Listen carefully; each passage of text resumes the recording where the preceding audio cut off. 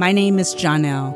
I am a Black educator, therapist, wife, and mother. I've lived life and gone to school with mostly white folks, and so I've tried to keep close to my family and friends who look like me, but nevertheless, I've acquired a whole lot of white friends. Being the only Black can be a very vulnerable place to be, and in the midst of today's conversations about race and allies, I wonder if my white friends have ever experienced being the only one, the only white in a room of Black folks. I'm talking for more than an hour, a day, or a week. If so, do we share a similar experience of vulnerability?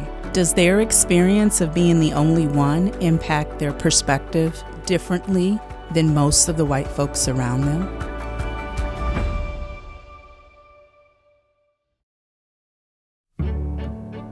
Today we are sitting down with my friend and neighbor, Emily Bedwell. She is a wife, mom, and college professor from Naptown, that's Indianapolis, Indiana, where she went to a predominantly Black high school in the early 90s.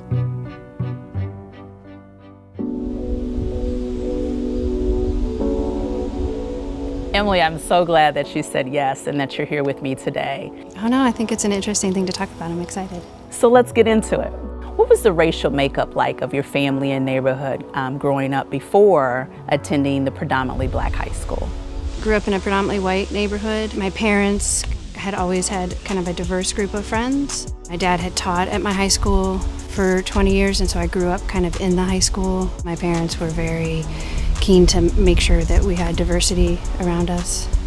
Was there a time when you felt very vulnerable or conscious of being the white minority in your high school? I think really the first time that I really remember being aware of my whiteness and being aware of not being in the majority was after the Rodney King verdicts in 1992. One question on everyone's mind is, how did this jury see the same videotape that the world saw and reach the conclusion that no crime was being committed? And at some point you have to look at that video and say, enough is enough. Stop. When the school had an assembly because students were so upset, we were all in the auditorium and they were letting students go up on stage and kind of express their feelings about the verdicts. And I think that was the first time I'd ever seen Black rage or Black anger, and it was very confusing to me because I knew a lot of the students that were up on stage and who were very angry and saying very powerful but angry things, and I just remember being so confused by it. And when white students would try to get up, they would kind of be booed off stage, and at the time I didn't understand, right? Like that, in my head it seemed like, why aren't we all just getting along? And I was actually sitting with a Black friend of mine, and I look back now at how hard that must have been for her to have her crazy white friend being like, what's going on? And trying to talk about me, right? When that really moment wasn't necessarily about me now.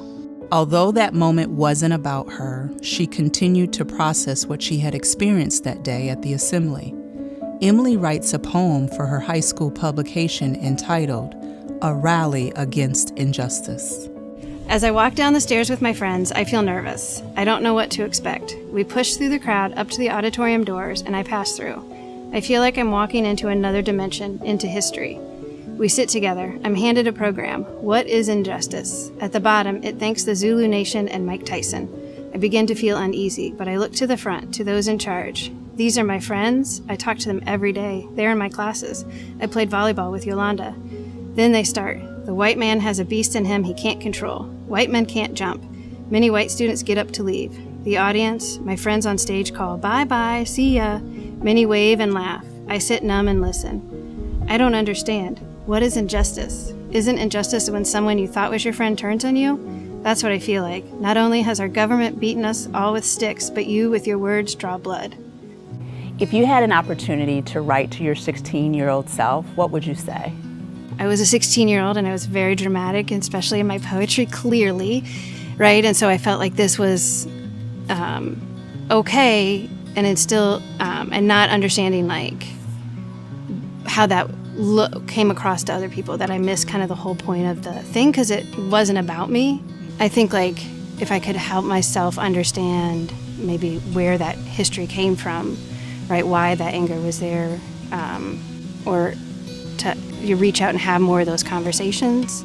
a black male friend of mine at the time. He and I were on a newspaper together, and we had this long debate about whether whether people could be colorblind, right? And he was like, "You can't be colorblind." I'm like, "No, I don't see color. Everybody's," and he and I went around and around, right? And like understanding like those snippets of conversations where my friends tried to have conversations with me and I just wasn't able to hear it.